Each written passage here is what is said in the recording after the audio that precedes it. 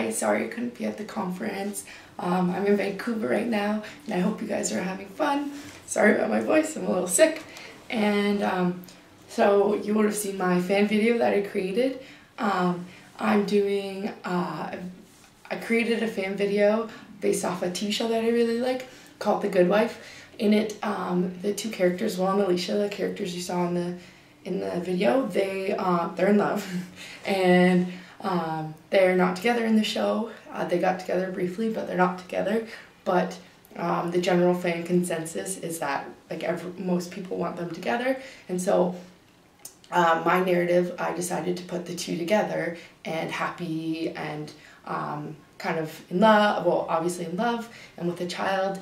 And these two characters have known each other since law school, and they were in love then. And then Alicia got married to a state's attorney and had kids, and then the state's attorney got involved in a lawsuit and some other inappropriate actions. And so in the show, Alicia's struggling between being a good mom and being a good wife, and not crossing the boundaries. And so my narrative just furthered the show's narrative. It didn't detract from it. It just enhanced what most of us assume is going to happen. And so that's just a little brief information about the TV show. You should watch it, it's really good. Okay, and so I'm just gonna read, I did a blog post in my digital new media film seminar with Dr. Annette, which was awesome. So I'm just gonna read my blog post that I did for her, or did for the class. And so I wanted to argue that any interpretation at all elevates the borrowed material from mass cultures into a new text, not simply fan videos. So Henry Jenkins, as well as, excuse my pronunciation, Mikhail Bakhtin, talk about how fan cultures use borrowed material from like TV shows and movies to create new texts. And so Jenkins writes about this, and his writings are based off of Mikhail Bakhtin's notion of heteroglossia, and this refers to the combination of varieties within a singular text. So that is to say, the novel occurs from a combination of different styles of speech, and that's according to Bakhtin. This essentially means that that reworking of previous texts lends itself to creative production. So I wanted to create my own fan video to text this notion, to put into practice this. So while theoretically I agree with these notions, I wanted to have a practical comparison. So below was my as you saw, sorry, was my very rough attempt at a narrative through fan video. I used, as you know, the television show The Good Wife with Will and Alicia, and I just wanted to highlight some lyrics that I used in the fan video. And some of them lyrics, the song was Without You, Keith Urban, and it's I love you since the very first day. When I caught you looking my way, I smiled and just knew it. This life, this love that you and I've been dreaming of for so long would all be as good as gone without you. And thirdly, along comes a baby girl, and suddenly my little world just got a whole lot bigger. Yes, it did. And I paired the lyrics with carefully chosen visuals to demonstrate a narrative of love and desire. In the show, these two characters do not get together, as I mentioned, until just recently, this third season, but they actually have split up since the third season, unfortunately. Very upset about. And most of the images I used are from season 2. However, I wanted to show a couple of shots that they were clearly in love, they have a child and are happy. So in the show, as I was talking about, there's more a narrative of unresolved sexual tension. I personally wanted these two characters together, of course, and so I created a narrative that matched my desires.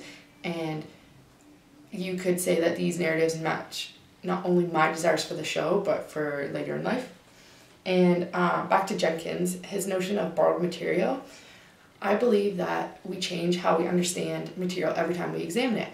I kind of go back and forth on how I understand certain theoretical notions and like how I learn. I will constantly change my opinion because I'm understanding in a new light. So I put our digital new media class content into context through borrowing elements of the text with my personal previous knowledge to create an understanding. So I used the article that we had to read, and I used something I had an understanding of, The Good Wife, and then I have knowledge of fan videos and fan culture, so I tried to put them together in a practical way so I could fully grasp what Jenkins was getting at. And so in this, I created a new text. I created a new narrative. So this notion should not only be limited to the creative. My academic thoughts, my ideologies, and knowledge is defined by a melting pot of everything I've experienced in life. So I borrow material from mass culture every time I come up with a thesis, regardless of the area of focus. And this actually lends itself to my fourth year cultural studies seminar, Remix Theory, which it's like everything borrows from another source. Not even just like a digital thing, everything from painting to text, everything. And I've been seeing this more and more as I'm studying it, and so I find it fascinating. And so Jenkins views that fans are poachers, but I believe that essentially our mind are poachers. It can be understood with fan videos, fan fiction, blog posts of any sort. This is the art of consumption. Our minds poach and consume information from all places to create these different texts. Not necessarily a cognizant understanding of that we're poaching from other people. It's just you grow and you learn regardless with every experience that you have. And so Jenkins writes that a fan aesthetic centers on the selection, inflection, juxtaposition, and recirculation of ready-made images and discourses. A poach culture requires a conception of aesthetics, emphasizing borrowing and recombining as much as or as more as original creation and artistic innovation. So again, just kind of reiterating my point already that I view us all to be poachers, but I raise a question, and perhaps this can be a discussion question, is where does true creation lie? Is there such thing as a wholly original idea? Or, like I said, are we always borrowing from other people's experiences and other things we've seen in life?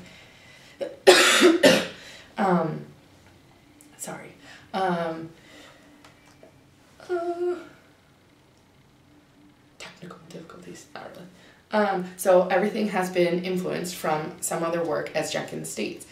So why state that this fan culture work is poached from the visual source and not look at its thematic sources, So the base value of fan videos is not predominantly on the visuals. It's more so on the overarching narrative that is expressed in the video. So I have seen visually what I would like to see on The Good Wife, but narratively I'm not as satisfied. So I use this fan video to satisfy this narrative desire that I was missing in the show originally, and now currently.